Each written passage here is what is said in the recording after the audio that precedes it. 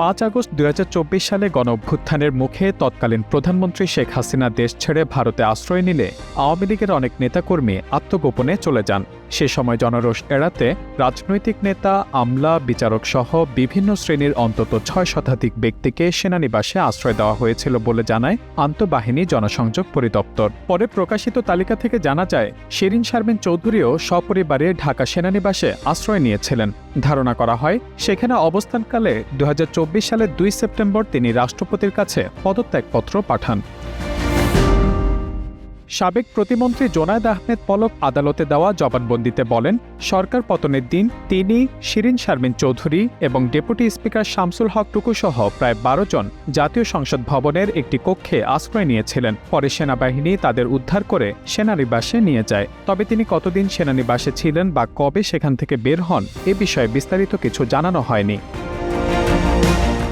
প্রায় 1.5 বছর পর গোপন তথ্যের ভিত্তিতে আজ ভোরে ঢাকার ধানমন্ডির একটি বাসা থেকে তাকে গ্রেপ্তার করা হয়। পুলিশের ভাষ্য অনুযায়ী, সেনানিবাস থেকে বের হওয়ার পর তিনি দেশের ভেতরেই বিভিন্ন স্থানে আত্মগোপনে ছিলেন। আজ দুপুরে তাকে ঢাকার চিফ মেট্রোপলিটন ম্যাজিস্ট্রেট আদালতে হাজির করে পুলিশ। এ সময় পুলিশের পক্ষ থেকে 2 দিনের রিমান্ড আবেদন করা হলে আদালত তা না মঞ্জুর করে তাকে কারাগারে পাঠানোর নির্দেশ দেন।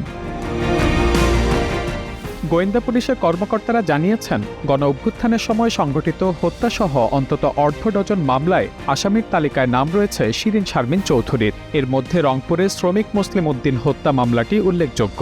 বৈষম্যবিরোধী ছাত্র আন্দোলনের সময় সংঘর্ষে নিহত হওয়ার ঘটনায় 2024 সালের 27 আগস্ট নিহতের স্ত্রী দিলরুবা আক্তার বাদী হয়ে মামলাটি দায়ের করেন। এ মামলায় শিরিন শারমিন চৌধুরীর পাশাপাশি সাবেক বাণিজ্যমন্ত্রী টিপু মুন্সিসহ 17 জনকে আসামি করা হয়। টিপু মুন্সিকে আগেই গ্রেপ্তার করা হয় এবং তিনি বর্তমানে কারাগারে রয়েছেন। এছাড়া ঢাকার লালবাগ থানার একটি হত্যা মামলাতেও তার নাম রয়েছে বলে জানা গেছে। প্রাথমিকভাবে ওই মামলাতেই তাকে গ্রেপ্তার দেখানো হয়েছে। পর্যায়ক্রমে অন্য মামলাগুলোতেও তাকে গ্রেপ্তার দেখানো হবে বলে জানিয়েছেন সংশ্লিষ্ট কর্মকর্তারা। 2009 সালে আওয়ামী লীগের সংরক্ষিত নারী আসনের সংসদ সদস্য হিসেবে জাতীয় সংসদে প্রবেশ করেন শিরিন শারমিন চৌধুরী। পরে মহিলা ও শিশু বিষয়ক প্রতিমন্ত্রীর দায়িত্ব পান তিনি। তৎকালীন রাষ্ট্রপতি জিল্লুর রহমানের মৃত্যুর পর স্পিকার আব্দুল হামিদকে রাষ্ট্রপতি করা হলে 2013 সালের 30 এপ্রিল তিনি বাংলাদেশের ইতিহাসের প্রথম নারী স্পিকার হিসেবে নির্বাচিত হন। 2024 সালের আগস্টে আওয়ামী লীগ সরকার ক্ষমতাচ্যুত হওয়ার আগ পর্যন্ত টানা 3 মেয়াদে স্পিকারের দায়িত্ব পালন করেন তিনি। Mahmudul Hasan, Times today.